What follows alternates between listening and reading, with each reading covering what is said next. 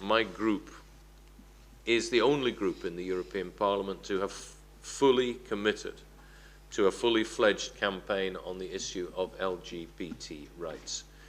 Today, 3 out of 5 countries, or 3 out of the 5 countries who have legalized same-sex marriage are in Europe. That is encouraging, but in many areas public policy has not yet caught up with public opinion. This cause of fundamental rights so that we can guarantee, most particularly to the more vulnerable groups and more threatened groups of society who need more protection, rights and liberties which will be more solidly founded, recognised and defended.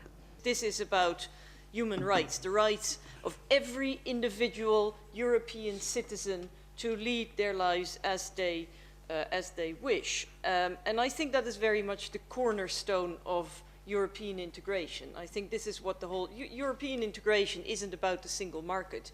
It started after the Second World War because we said never again will people be prosecuted, never again will people have to fear for their lives because of who they are. Let's make sure that we go beyond the party political divisions. This is not about a propaganda exercise for us as individuals with our own hobby horses. We're here today as politicians, experts, people who experience this reality day after day. I would dare to say that Vladimir Špidla is at least one of the most gay-friendly commissioners you've ever had. He is a person who finds homophobic prejudice particularly distasteful and particularly unacceptable. Not that other prejudices would be acceptable, but of course there are many types of prejudice, interethnic prejudice, which have a lot of history of conflict and competition. Lesbian and gay, bisexual and transgender rights are human rights. They are not separable from the main body of human rights. And to go down that route, to go down what I would call the notion of a separate directive route and selective defense of human rights, is to repeat the appalling atrocities that led to the Second World War. The biggest issue around this campaign and this proposal around another anti-discrimination directive, there are about 5 points, I suppose, that we would like to make on it. And one is that we understand that LGBT people are within every community. So they are older, they are younger, they are in different religions, they have disabilities, they are of different races, they are of different ethnic origins. As with anybody who's older, they are in all the other communities. The trend in some member states is towards a single piece of equality or anti-discrimination legislation, treating all grounds in essentially the same way. The UK is finally heading in that direction. The Netherlands has a single law. A number of member states do. And I think the same should be happening at the European Union level.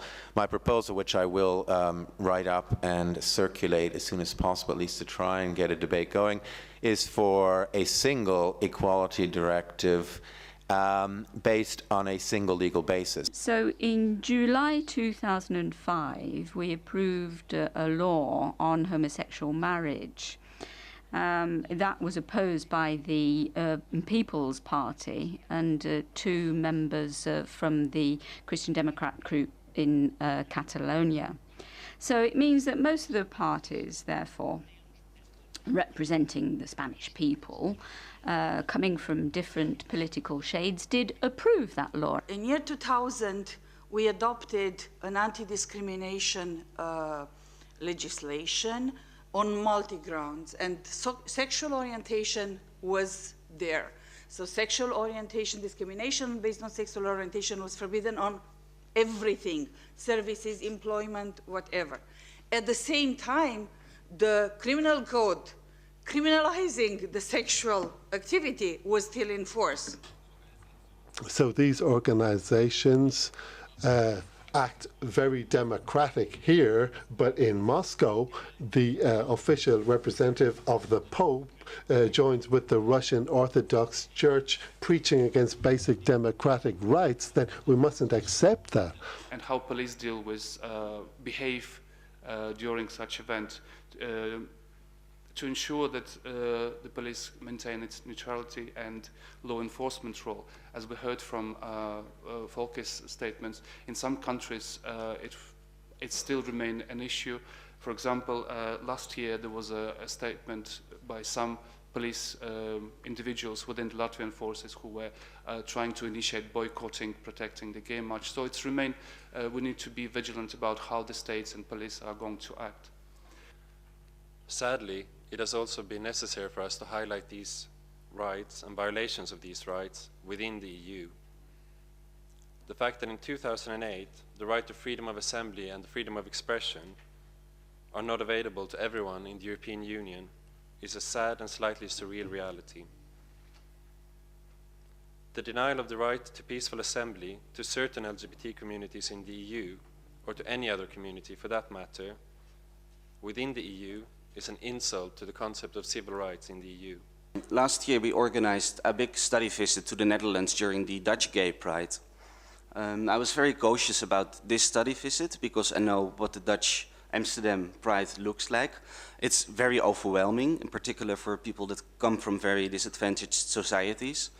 So I was very curious to see how this was going to impact on the activists that we invited. And actually the impact was very good. It was a very, very empowering effect for those people. I heard some arguments, I'm mainly dealing with economic issues, that this is also dangerous for the economic development in Europe. I agree. But for me it's firstly an individual, a human rights. But of course if that could perhaps give some extra argument for those that actually doubt, we can also give them economical arguments. The EU cannot disregard the profound changes of the family patterns in the last decades. Our legal system does not acknowledge these changes and accommodates them is doomed to fail to effectively regulate the life of society in the long term. One is the Morocco judgment, which I will not address because it will be the object of the next session, I suppose, but it's very important and I will touch upon briefly.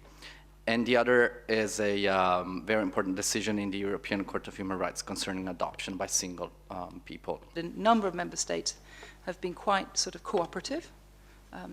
Not that they shouldn't be, but it's not always the case. And so when we've pointed out areas which we think are problematic, even at the very beginning stage of an infringement procedure, the legislation has been amended and the problem resolved.